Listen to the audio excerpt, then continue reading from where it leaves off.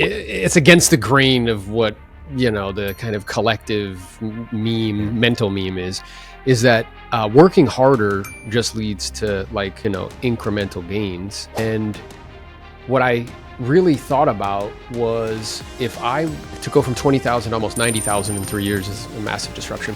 And I do believe very firmly that within the next 10 years, 50% of all agents will be with cloud-based brokerages. There are many imitators, but nobody can duplicate, right? We're profitable at scale. So if people have a choice, it's like, well, do I want to go with something that's unproven or something that's proven? I want to go with something that's proven. So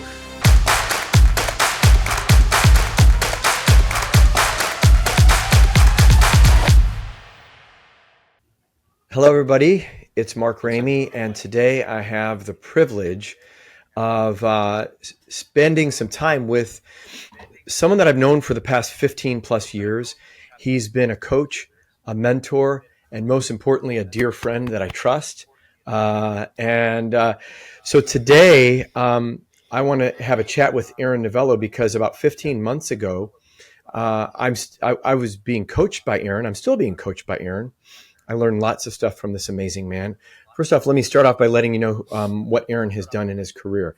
In the last, how long you been in the business, Aaron? Was it 17 years? Aaron sold over 2,000 homes in his career. He has sold 200 homes a year, multiple years, of which 80% of those were listings, which is huge. That's significant. And in the last 15 months, Aaron Novello has grown our eXp Elite Builders family by 191 agents. So there's no question about the talent that Aaron has and what he brings to the table. And so the value that we're going to receive today is understanding, what this eXp platform has meant to him and how we can grow with him. So Aaron, tell me a little bit about your background and how you got started in real estate industry and how it might be relevant to what you're doing today.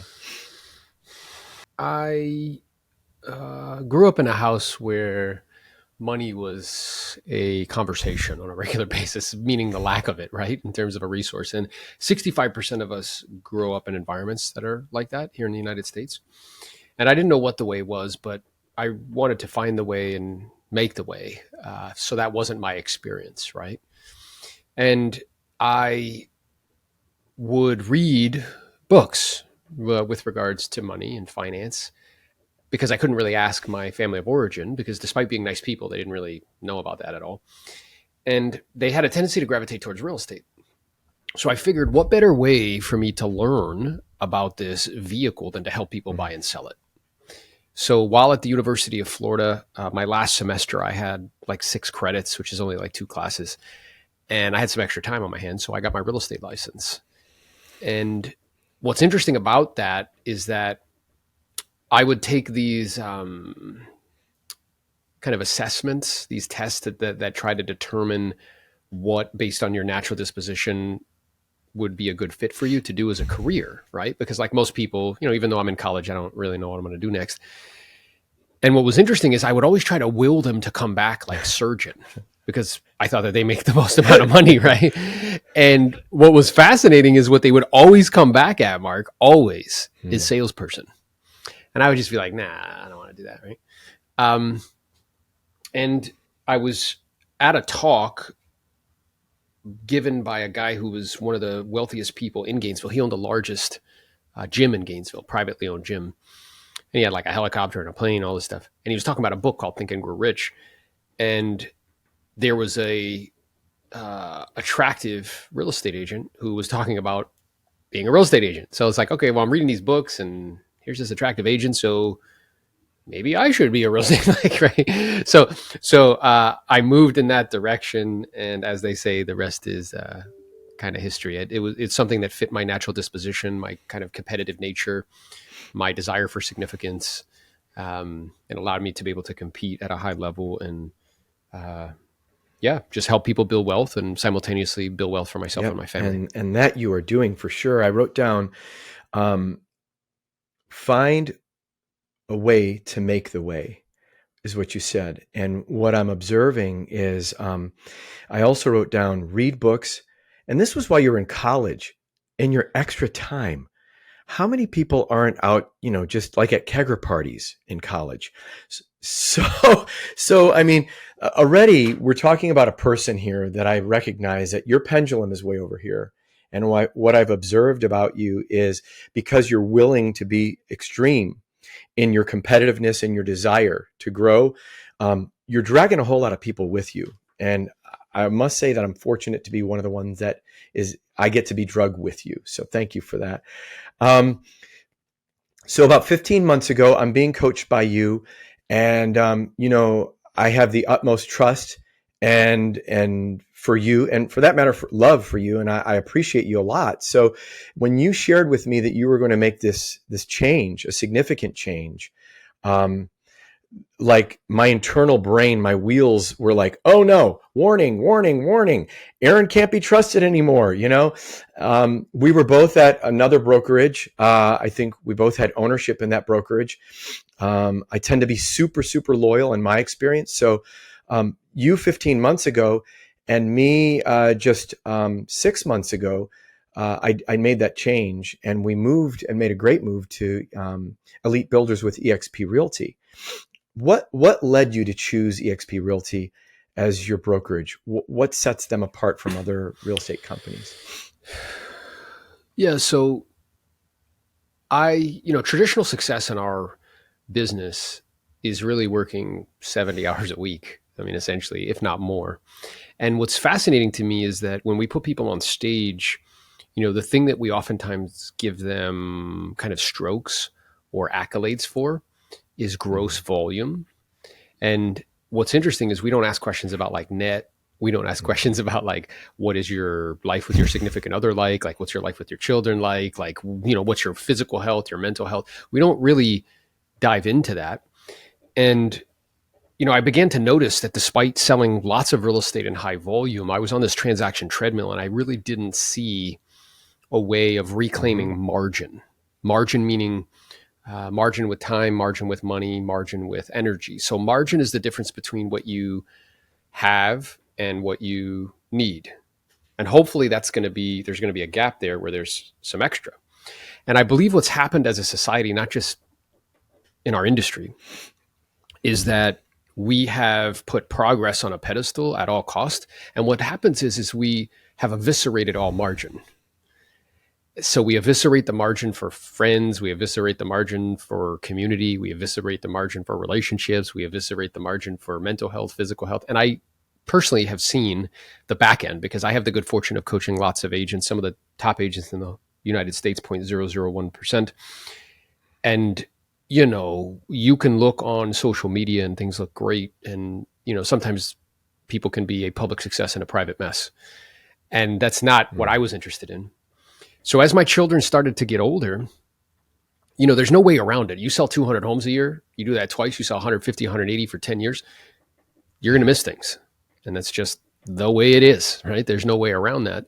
And I began to look at that and say, well, the philosophy that I was following was this kind of hustle culture, which it's not as though hustle culture is wrong. Like you do need to work. At the same time, though, I recognize that working harder only leads to incremental gains. That quantum leaps come from different strategies, different approaches, and different techniques and different vehicles.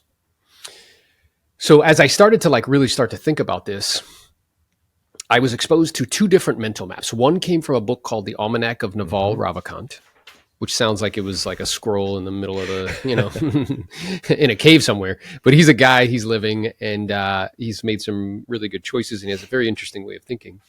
He's made more money than he can possibly spend in a lifetime, or his relatives spend in a lifetime.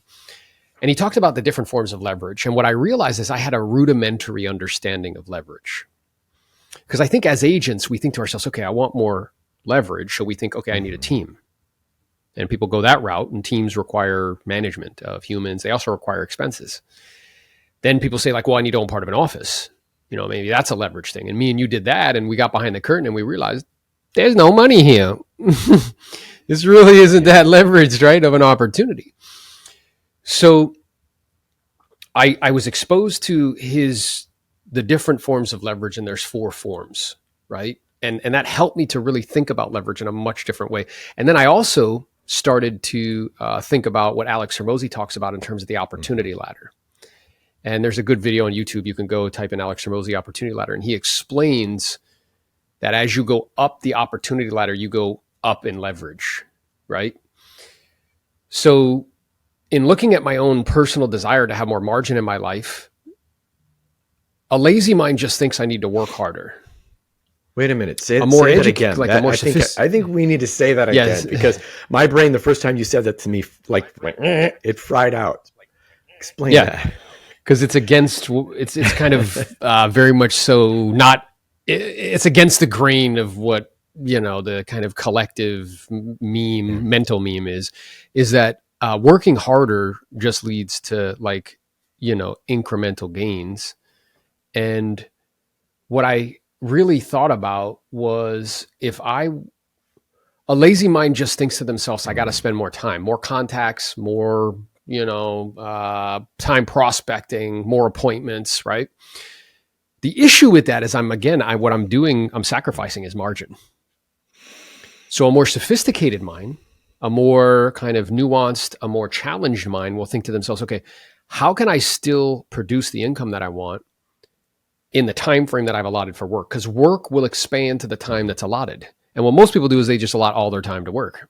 And then they have no time for other things, right? So as I started to look at this, somebody that was close to me, another coaching client, had made the decision to go to eXp. And, I own part of an office. And so I was like, nah, I'm good. At the same time, the most expensive thing you can own is a closed mind. And what's also true is that it's not our mind it's not our eyes that see things. It's actually our mind that sees. So if my mind is blind to the possibility, my eyes will be blind to the opportunity. So something could literally be right in front of me and I just don't see it. And that was me for a year. And then somebody explained to me very quickly and very clearly what was really going on, right? So in the previous company we were with, they have splits. They pay them into an office. If there's any money left over, 50% of that money goes to the agents, 50% goes to, or the agents that brought people to the company, and 50% goes to the owners. The problem with that is you got to get through $40,000 to $50,000 a month of expenses. So there's not that much profit, which means there's not that much sharing. Now, there's also a royalty fee though. And the sharing is below the line revenue. That royalty fee is above the line revenue. So wherever that royalty fee goes, which is to the person that owns it, the king, then they're getting that top line. The office does not have to be profitable in order for them to get it. And another word for that is revenue sharing. So once I realized that, I was like, oh, I got it, right? I got it. This is very high up the opportunity ladder.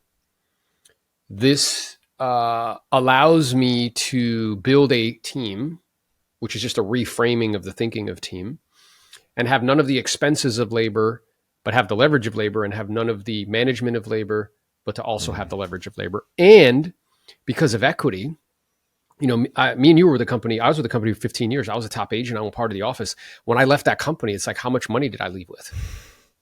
Nothing. Like what I literally got, for making over $1 million in a calendar year, piece of plastic. And that's what we settle for as agents. So I recognize that eXp provides me with the opportunity to be compensated like an owner to help the company grow off top line revenue. And it also helps, it compensates me with actual ownership in the mothership. So the question to ask yourself as an agent, if you're watching this, is like at the end of your working calendar year, other than some pieces of plastic and, your commissions and maybe a t-shirt and a hat, what do you have to show for the time that you spent? Because if I'd have been with eXp for that 15 years and iconing, which is the equivalent of capping, I'd have over $1 million in equity. Instead, I had some pieces of plastic and some hats. Well, I've heard you say, you're not going to get rich renting your time out. You must own equity. Agreed. You're alluding to that. Help me understand more and why this is causing eXp to disrupt the industry. It is, yeah. To go from 20,000 to almost 90,000 in 3 years is a massive disruption. And I do believe very firmly that within the next 10 years, 50% of all agents will be with cloud-based brokerages. There are many imitators, but nobody can duplicate. Right? We're profitable at scale. So if people have a choice, it's like, well, do I want to go with like something that's unproven or something that's proven? I want to go with something that's proven. So this idea that like if you're at a company where you don't get any ownership, you're not building any asset for yourself. You're building somebody else's asset. And you're basically renting out your business. You're renting out your time. And the way that I've described this is it's like feudalism, which if you go back, 500 years ago where there was a landlord, that's where that name comes from, Mm-hmm. a lord of the land, and they owned the land and they hired peasants to work the land. The peasants worked the land, never owned anything, and all the money flowed back up top. Well, that's the traditional kind of brokerage model, which that there's a king or queen at the top. They go out and kind of sell a region, right, for millions of dollars. That regional owner goes out and sells individual franchises. That individual franchise owner then goes out and recruits agents. The agents do all the work. They never own anything, and the money flows back up to the top. I mean, that's what that is. So with eXp, you actually have something to show for the time that you spent, and it compounds over time. So most people's issue is that they don't have anything in their life that compounds, meaning like as time progresses, it gets bigger. So as agents, if you're just on the transaction treadmill, basically what we've been told is like, okay, well, just sell real estate, and if you have some extra money, buy some real estate. Like that's the plan, which is like, okay, it's not a terrible plan. I did that. At the same time, it takes a long time, and you need a bunch of money to do that. Uh, at the same time, if I could do that and also get equity in an S&P 600 company that has 140 plus $1 million in the bank, that is debt free, and their stock pays a dividend, like, yeah, that would make sense. Because if I'd have been doing this over the last 15 years, I'd have over $1 million in equity when I left a company, and instead I left with nothing. So that's what I'm saying, that uh, in order to get wealthy, I if I just trade my time for money, I'm never going to get wealthy. I must own equity. I must own a piece of the What's business. interesting, And well, eXp and what's provides me interesting, Aaron, with that is opportunity. I just want everybody to know Aaron's coaching 100 plus clients currently, and 12 of which are making $1 million a year. So he is legit. And when I first came to coach with Aaron 4 years ago, the question that he asked me is Mark, what's your I'm done number? Meaning, like, what would I need to be earning, not having to make the decision to come into the work every day? And what would that look like? And so, as agents, that's kind of like, it's almost like when you first presented that to me, it was like pie in the sky. I almost didn't believe it. And then you broke it down for me and you said, if you have X, this is how it could be real. And that was well before you even decided to go to eXp. So can you talk a little to like how that can affect an individual agent's opportunity to say, I'm done, I'm tapping out, and I'm going to do Oh something yeah, else? yeah, it's good. So my experience is that the people who produce the most favorable outcomes in life, they don't just like step in shit. They're very intentional. So it's not like they just like win the lottery. It's like, Right. sure, does that happen? Yeah, but the probability of that happening is very small. What's true is that they're very intentional, right, from the beginning, and they begin with the end in mind. So when I talk to people about this idea of like, you're in a mastermind group that I run called the Freedom Builders, and it's in the name, like freedom, financial freedom Mhm. and independence, right? Because people say like we're free in this country. I'm like, well, you're free to abide by the rules. Like the ultimate freedom is being able to do what you want, when you want, how you want, with who you Mhm. want, as often as you want, for as long as you want. You know what I mean? And in order to do that, you need resources. So if you start to look at that, you're like, okay, well, what are the vehicles that are available to me? Because if you take two people, okay, one is very smart, hardworking, and ambitious. The other is also smart, hardworking, and ambitious. One chooses a vehicle that compounds and is very leveraged. The other one does not. They choose a vehicle that doesn't compound and is not leveraged. If you check back in with them in 20 years, the person who chose the vehicle that compounds and is leveraged, will be 25 to 50 times ahead of the person who chose a vehicle that doesn't compound and is not leveraged. So I have to be like mindful of what I choose to stack my time on top of, because my time is my most valuable asset. And whatever I choose to stack it on top of, it needs to have a compounding component to it, right? And be highly leveraged. So what I did for 17 years in my career was follow a particular strategy, which is not rocket science. Okay. Is that I poured into myself, invested a lot of money into my own personal growth and development so I could earn more money. As I earned more money, I kept my living expenses very low. I lived way within my means, right? And that left a lot of money left over. And what I would do is take 40 to 50% of all the money I was earning and dump it into assets that pay me money. You do that for 15, 17 years, like you will become financially free and independent. It's not rocket science. The issue is that it Mm-hmm. takes a while. And that's okay. I'm 42 years old now. It's not like the end of the world. At the same time, I started to think to myself, like, okay, well, how much would the number be for me in order for me to like really not do things for money anymore if I don't want to? So I do them because I think they'll have a big impact. I do them because they bring me joy. I do them because um, uh, it's like serving other people. It's interesting to me. It's fun to me, right? So I figured out what that was, and then I started to look around and I did some math, and I said, okay, well, how long will I need to sell real estate for physically in the physical world to hit this number? And it was like 5 years. Okay, but as I started to look at this other vehicle, I'm like, wow, I think I can do that in like 2 years, 2.5 years, because of the way that it compounds and because it's so leveraged, right? So once I realized that, I was like, oh, it makes a lot of sense for me to really go after this, like to go all in.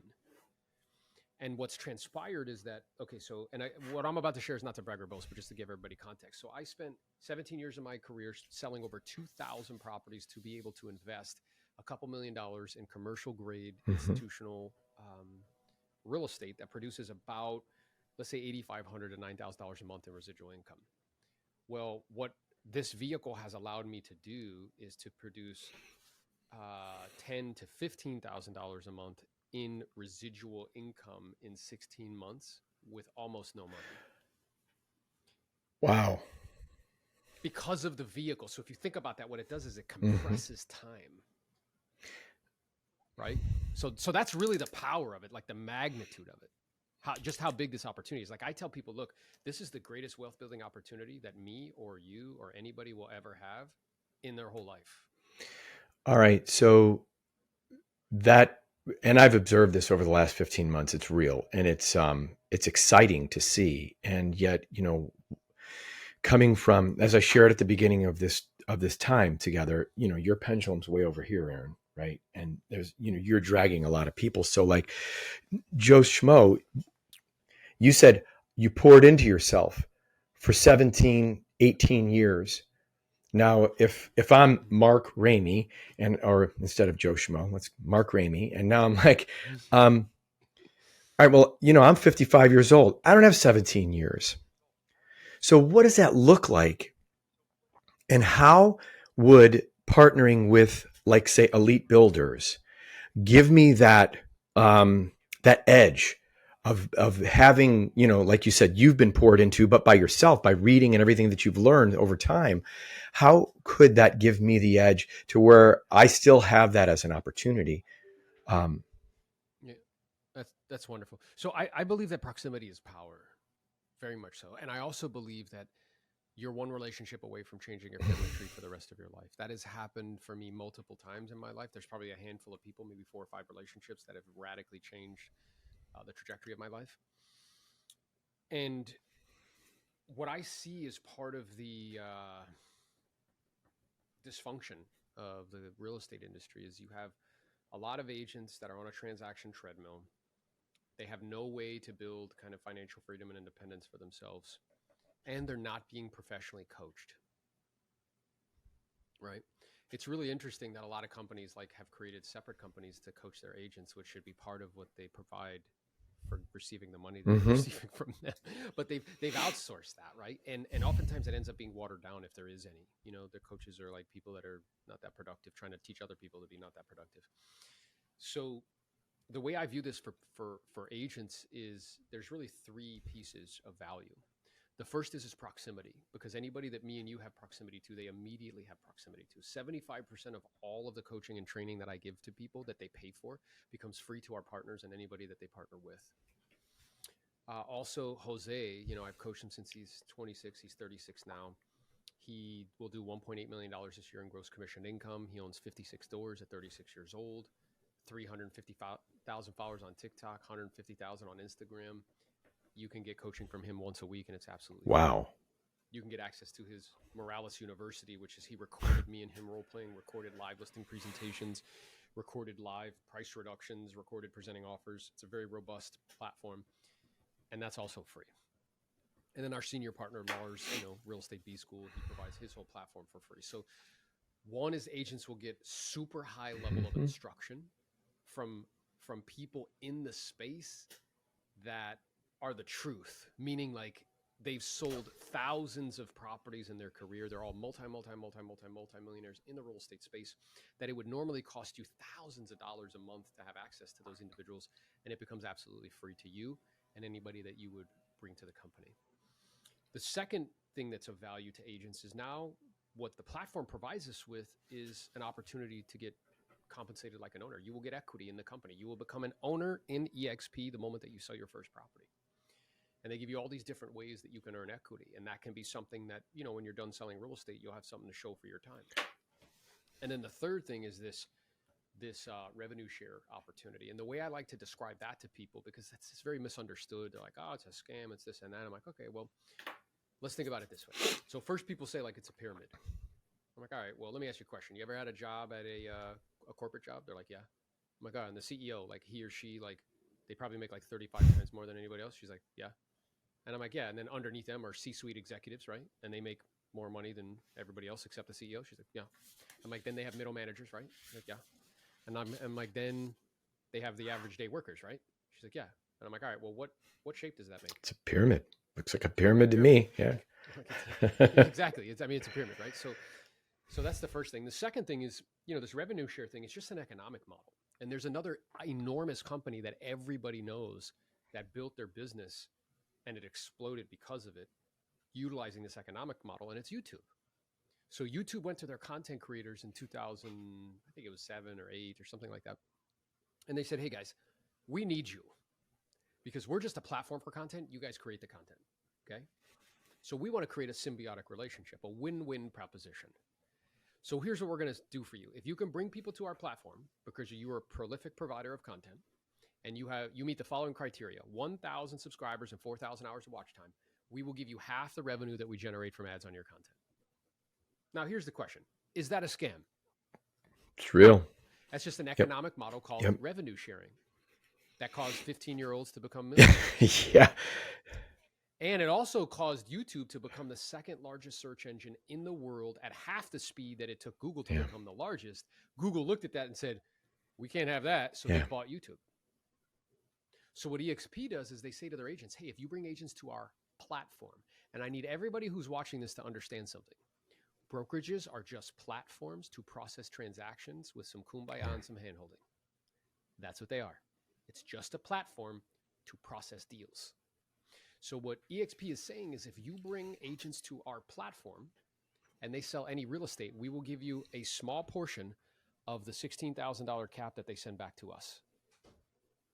It's YouTube for agents, right? So that's how I see like what's available to agents and what the real value proposition is. It's proximity, it's super high level coaching and instruction, it's equity, and it's the rev share opportunity. Question though. So, all right, I'm an agent. Like this is my business. I don't recruit people. That's not what I do. So, how can that possibly fit when I'm spending my time, trying to sell real estate? What does that look like? Great question. Yeah. So, and this is something that comes up frequently, and only 12% of all agents participate in rev share. Just like with other companies that do like a profit sharing model, only a small percentage, like 20%, participate. And the reason is most agents need money from selling real estate to pay bills. So for that reason, it becomes like a challenge. At the same time, virtually everybody that I've had calls with, I've ever asked them, I'm like, hey, if they've been in the business for any length of time, I'm like, hey, have you ever referred anybody to your company? And they'll be like, oh yeah. I'm like, good. How many? He's like, I don't know, handful, 4 or 5. I'm like, okay. And what'd you get for that? No, I got like a $25 gift card to Amazon or nothing. So what I'm aware of is just based on like people that like it's going to happen without you even trying.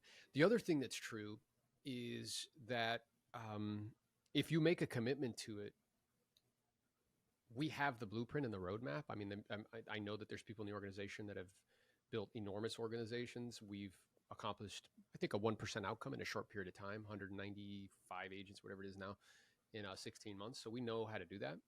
And it's not as complicated as you think. I think you're a perfect example. You do 80 plus deals a year. That's your primary focus. At the same time, we've been kind of working on you understanding the roadmap on how to do this. And it'll probably require, I don't know, 10% of your time, Yeah. maybe 15% of your time.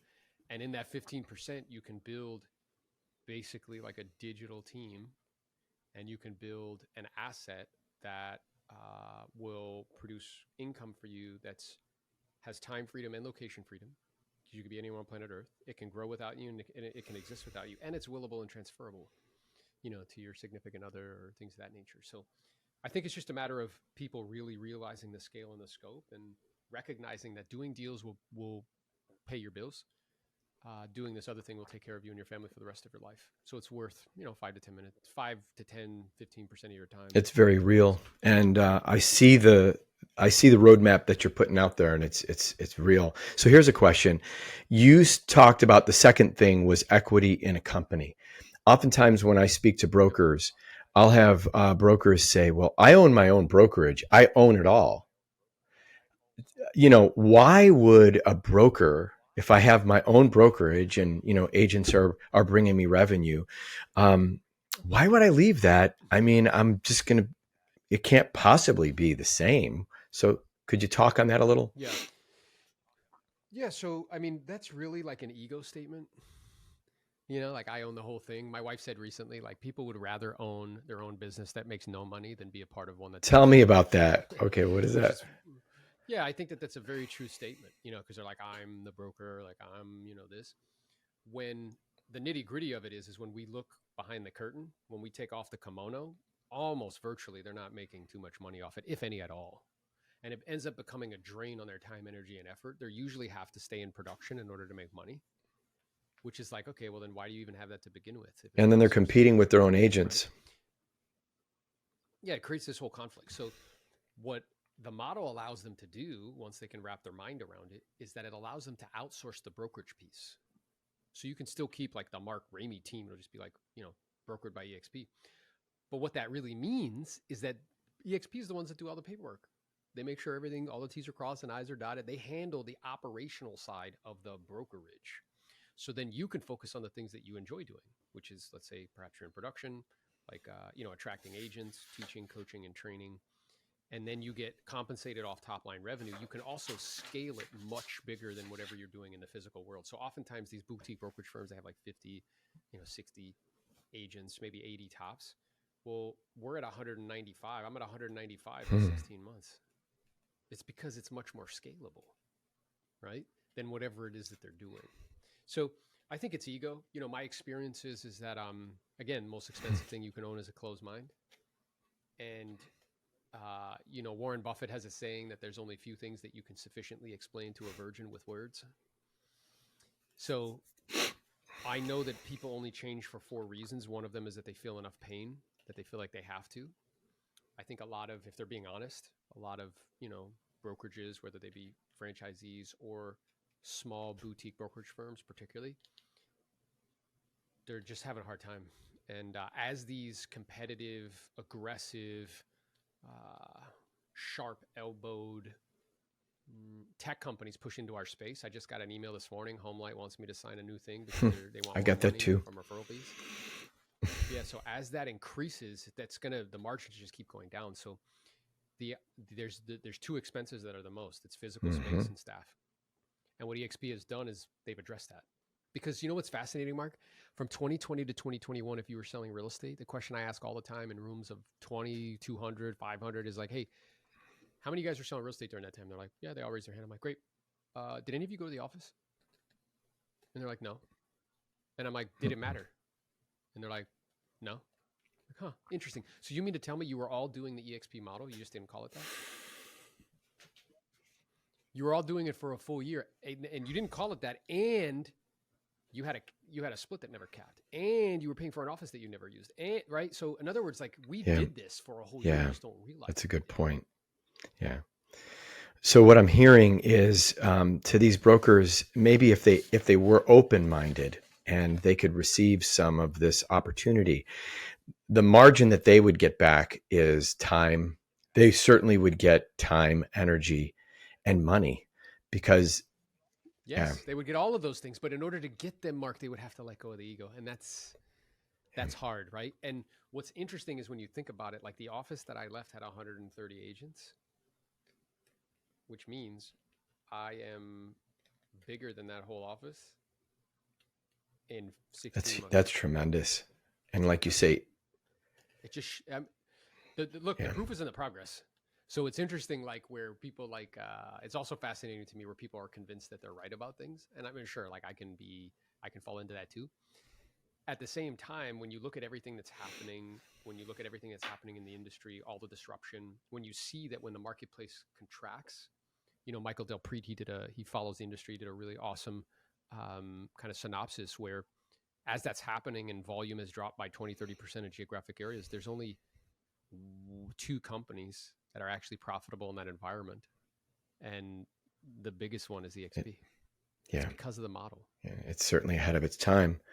You know, it brings to mind. I mean, clearly, you shared that there's four things that cause us to change. I'm aware that pain is one of them. Sometimes by the time you get to pain, that's not the right time to make the change anyhow.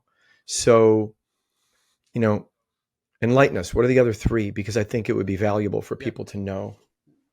Yeah. So the first one is when you have experienced enough pain that you feel Mm-hmm. like you have to change. The second one is when you learn enough that you Mm-hmm. want to. So part of that is being open and sitting and listening because I just wouldn't even listen to it Me for a either. year. But if I'd have listened to it when I was told, like I'd be at 500, you know what I Yeah. mean? Like it'd be like way ahead. So, the third is when you're Yeah. inspired to where you want to, you Yep. know what I mean? Um, uh, which is seeing other people. And part of that for you is like me kind of sharing with you and just sharing you with my journey. And you're like, oh, and that inspired you like, oh, I could do this. And then the fourth one is that when you've received enough that you're able to, and that has to do with like the Mm-hmm. proximity piece. So surrounding yourself with other people that think differently, behave differently, act differently, that have accomplished what you want, that are in the process of doing what you want. So that way you can receive from them and you can learn how. So for instance, like you just did your first event, which was awesome. You did a live listing presentation. You did a great job, added tremendous value. You're one of the top agents in your market. So that's huge. And I came up there to support you, number one. And number two, it's also to equip you, Mm-hmm. right? So for you to receive. So that way you're like, okay, I know how this works. I understand how to do it. And now you can start to do it on a monthly basis. So when I left and the ether wore off, I think a day or two later, I sent you a text. I'm like, hey, start planning our next event. And he was probably like, oh man, come on, man, really? It's like, yeah, You I know, know that what we're doing. falls under the inspiration because, in the last 4 years that you've coached me, um, you've pushed me. And I've allowed that because I've got a high degree of trust. And if people knew me, if they really knew where I'm coming from, I'm so loyal that, I mean, I was with my last company, I think like, I don't know, 13 years. And I didn't even look into eXp to the degree that now I know because I've educated myself. But the high degree of trust because you poured into me and I received so much is why I made the choice. And now that, I mean, because I had people call me up and they say, why did you make this change? I just want to know. And honestly, it was because I had received so much and I was inspired by what you were doing. I didn't like have the nuts and bolts spelled out in my head. I just trusted. And I think that came over time. And so the opportunity that you've afforded me, I certainly want to afford that to other people. And I'm really grateful. I'm grateful to you for that. So Yeah, my pleasure. Well, I'm equally as grateful because I think you're one of my most favorite, humans on planet Earth. And anybody who had the good fortune of being in proximity to you would be in for a treat because not only can you add a lot of value, but you're also like thoughtful and like caring and like thank generous. you, Aaron. So it would be a privilege and a pleasure to work with anybody that you think Coming would from you, benefit that from means a this. lot. And here's the deal: there's good insight. The reality is if you have questions about EXP and you want to get a more in-depth insight, contact me. Just message me, and I can get you connected, and we can get on a call with the ninja, the person that's doing things at a real high level. The worst thing that's going to happen is you're going to have a coaching call with someone that's coaching agents to a high level, and it would be a privilege to bring good information to you all. So, Aaron, I'm grateful for your time. Thank you so much for this.